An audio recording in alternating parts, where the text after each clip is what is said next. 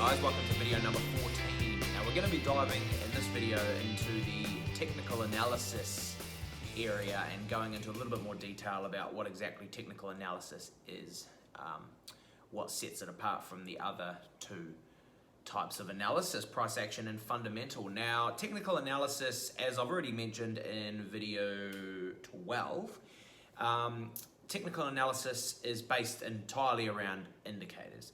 So indicators such as exponential moving averages, simple moving averages, Bollinger Bands, relative strength index, average true range, the MACD, moving average, convergence and divergence. There's a massive list. There's hundreds of different indicators out there which form the technical analysis scene, basically.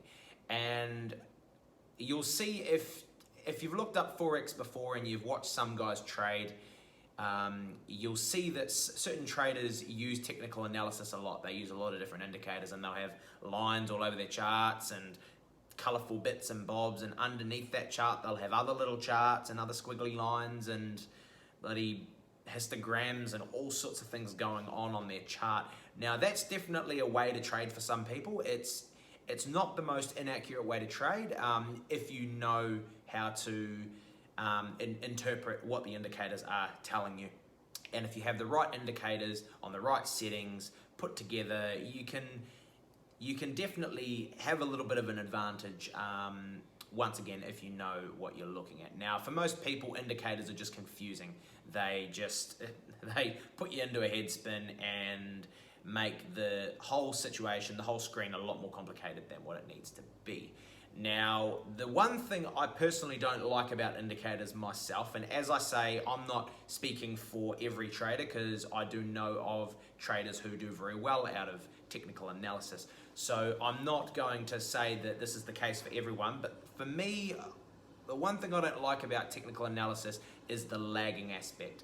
Now, all indicators more or less lag.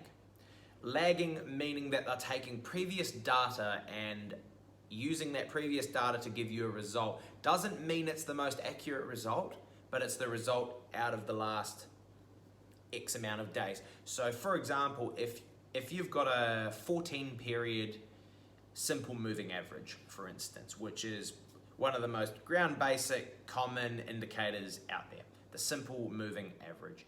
And you may have already heard of it before. It's a very popular thing to use.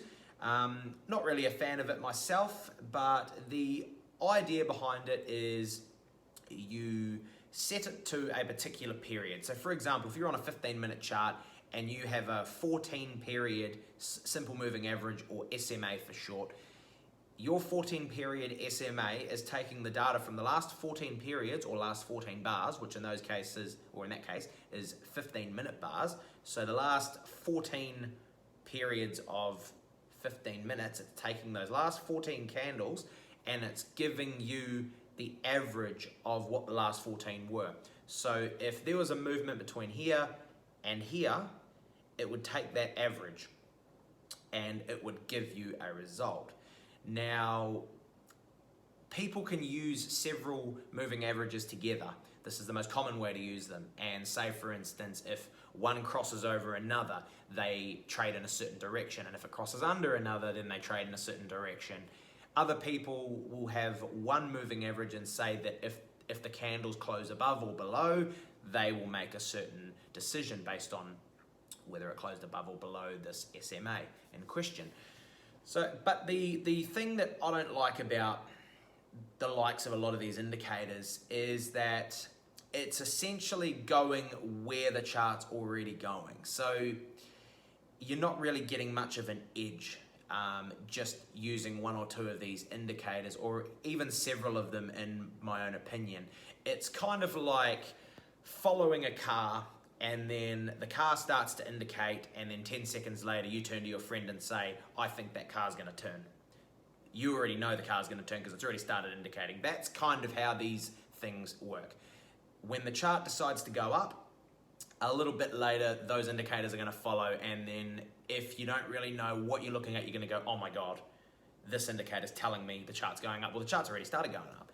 So you're not really gaining much of an edge. It's just telling you the obvious. But of course, the place that people get caught out is that they see an indicator signaling an upwards or a downwards movement after it's already started, like I say, because it sits a little bit behind, it's a bit laggy, it's a bit behind the ball.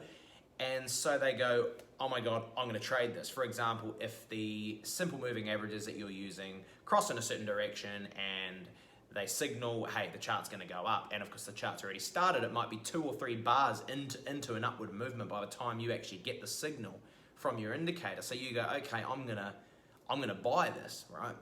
So you go into a buy order only to find that the moving averages cross the other way and it starts going down again.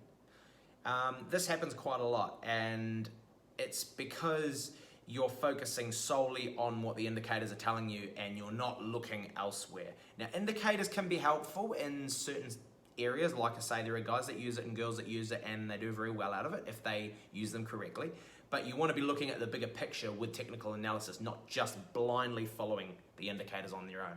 You've also got to be looking at what else is happening, and you've got to also use a little bit of what's called price action. I mentioned before, price action is my favorite. It's coming up in the next video. We're going to talk about what price action is. If you use a combination of technical and price action, it can work well. But if you're just blindly using technical on its own, your chances aren't as great as what you'd think. So when you see some of these Forex ads around and they have a boatload of indicators on their charts, it's just to make it look complicated most of the time, because you generally don't need that many. It's just to make it look complicated, make you think only they know what they're doing. Trust them with your money.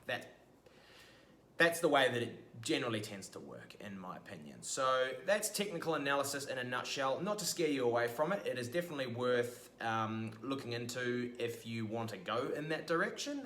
It's just personally not for me. But as I say, it doesn't mean it's not for everyone. So technical analysis in a nutshell. Next video, as I say, we're going to go into price action and we're going to delve more into what price action is. All right, I'll see you